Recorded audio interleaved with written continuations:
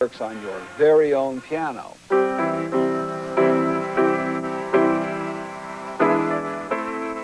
High, or how low each note is.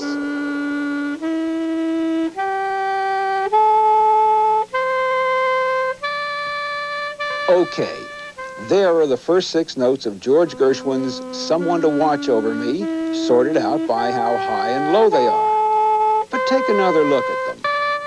The trouble is, they're also the first 6 notes of Duke Ellington's In a Sentimental Mood. In a sentimental mood I can. But that's not so odd. After all, we have only the 12 notes of our octave to make all our music. So the same combinations are bound to be used by many composers. For instance, these are also the same first 6 notes of a classical theme by Dvorak.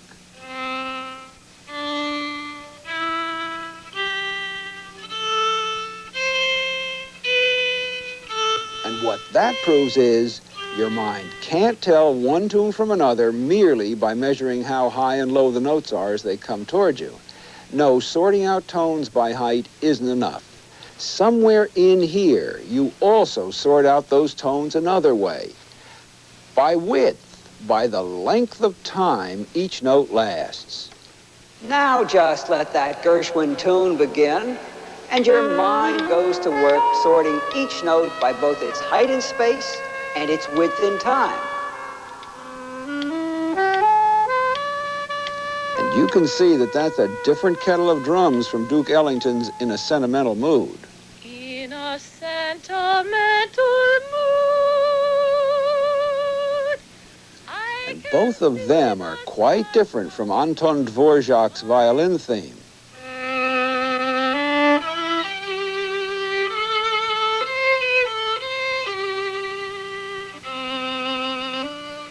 Well, that's most of how you make music by listening to it. Just let a tune begin. And you sort out the oncoming tones by how high and low they are and by how long they last in time. But you also sort out those tones in one more way. And you do it with a simple little 3-note affair commonly known as a chord. Like your basic ladder and clock, this basic chord is a sort of a measuring device too. But it doesn't measure height or width. It measures comfort. With this basic chord in your mind, you sort out the melody notes coming at you according to whether they feel relaxed and comfortable or uneasy and uncomfortable. And if you don't think you've got this basic chord in your mind, if you don't think you can tell when melody notes are comfortable or uncomfortable, try this on your scalp.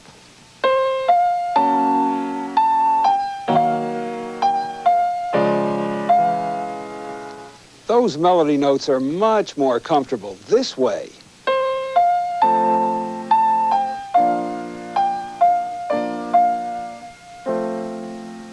Oh yes, absolutely. You know when melody notes are comfortable and relaxed or uneasy and uncomfortable. And that's because you've got a basic chord in your mind to tell you. And here's how it works. This basic chord sorts out the melody notes according to whether they're the same notes as the chord or different notes from the chord. If the melody notes are the same notes as the chord, then the melody notes are comfortable, relaxed, resolved. But if the melody notes aren't notes of the chord, then those melody notes are uneasy, uncomfortable, unresolved.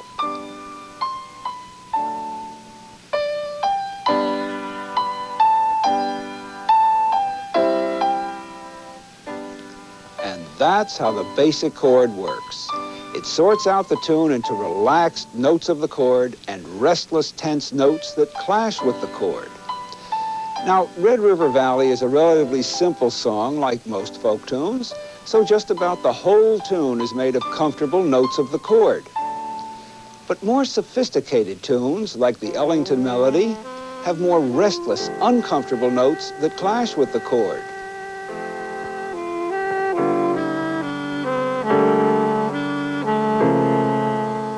Are there any tunes that never clash with the chord? Tunes made of nothing but comfortable, relaxed notes of the chord? You bet your bugle there are.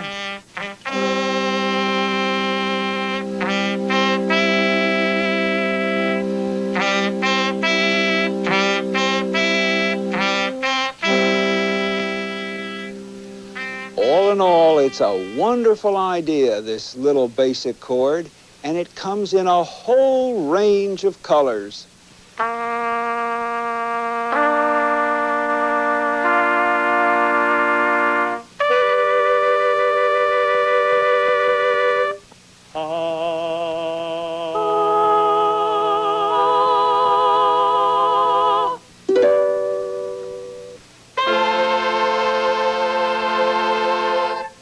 And it certainly makes a whole lot of music for a little recipe of only 3 notes. And that's exact arrangement for left and right hands. All you need is the tune and the chord symbols, and you're starting to make your own music.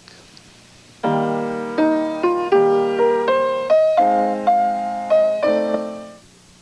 each note is assigned to its own separate and distinct layer of sound.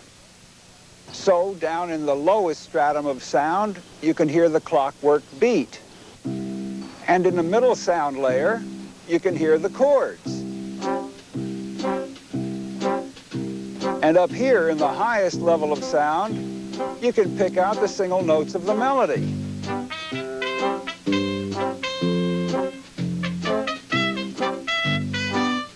So, one of the things that makes an orchestra is that it can play in several different layers of sound at the same time. Well, the piano can do the same thing. It can play in the bass stratum, and at the same time, it can play in the chord stratum, and at the very same time, it can play the single notes of the tune.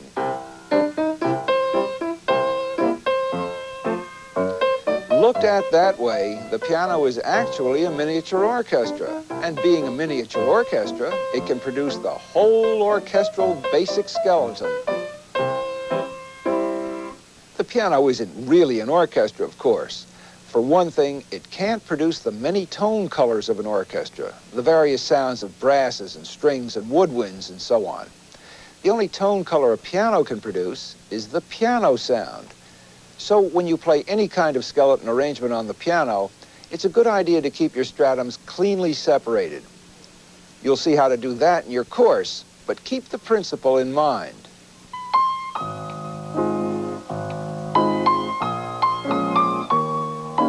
Make sure your bass notes are low enough to be felt rather than heard. And keep your chords in a narrow stratum so they won't collide with the melody.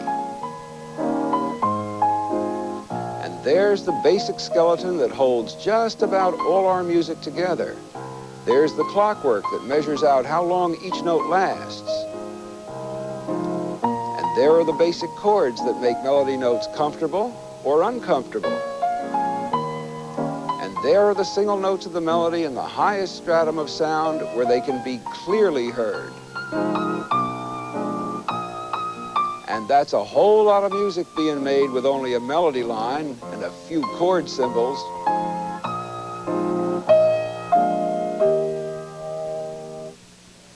If you saw this basic skeleton arrangement printed out, it would look like this. And with what you know now, it would make perfect sense, even if you can't read music. Way down here is the bass note in its own very low stratum of sound. In the middle, narrow stratum are the basic chords, where they won't interfere with the melody. And the melody, of course, is in the highest and most penetrating layer of sound. But all of that is only a longhand way of saying the very same thing in shorthand, and turning that shorthand into a basic skeleton piano arrangement.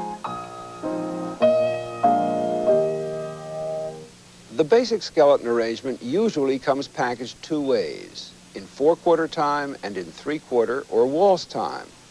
Nowadays, most popular music is 4/4 music. In the Middle Ages, that used to be called the foxtrot. For this 4/4 rhythm, the clock has to beat 4 times per bar. You saw that clockwork arrangement of the 1980s, when President Ronald Reagan advocates an invisible radioactive shield in outer space to deflect a nuclear attack, and in the clock has to beat 4 times per bar. You saw that clockwork arrangement of 4 beats to the measure in Someone to Watch Over Me.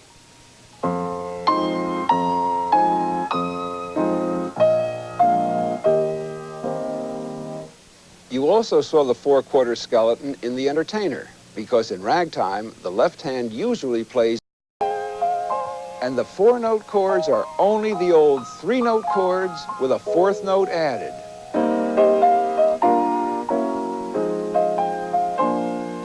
Generally, you'll find three of them: the seventh chord, the sixth chord, and the major seventh chord.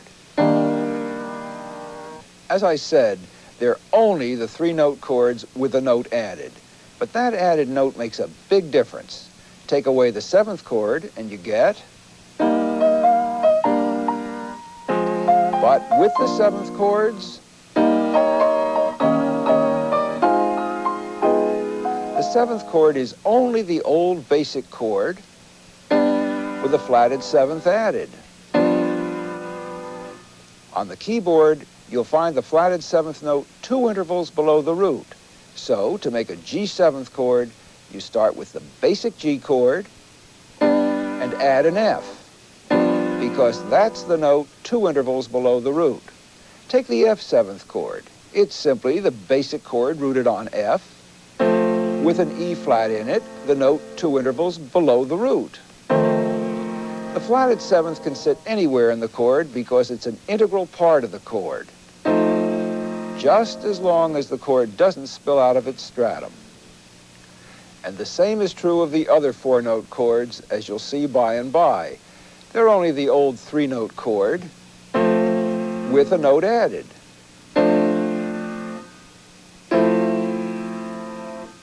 Now, nobody knows just when a fourth note was added to the three-note chords, but you can imagine how it probably happened. Say you're a composer living a long time ago when there was only a three-note chord. And you're bored to the teeth with it. Why are you bored with the three-note chord? Because it limits the kinds of tunes you can write. You see, when your tunes pause, they have to pause on a comfortable note of the chord.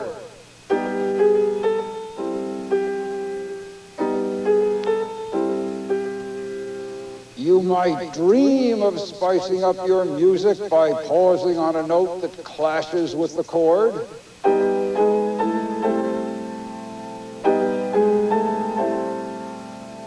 But you don't dare, no matter how bored you are with the three-note chord sound.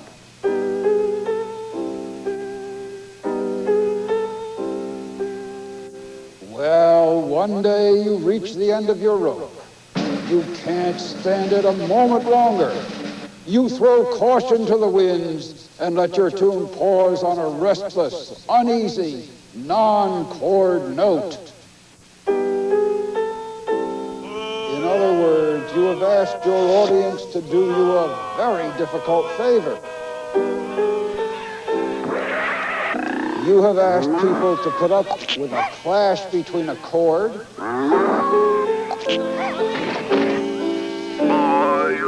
and a sustained, non-chordal melody note.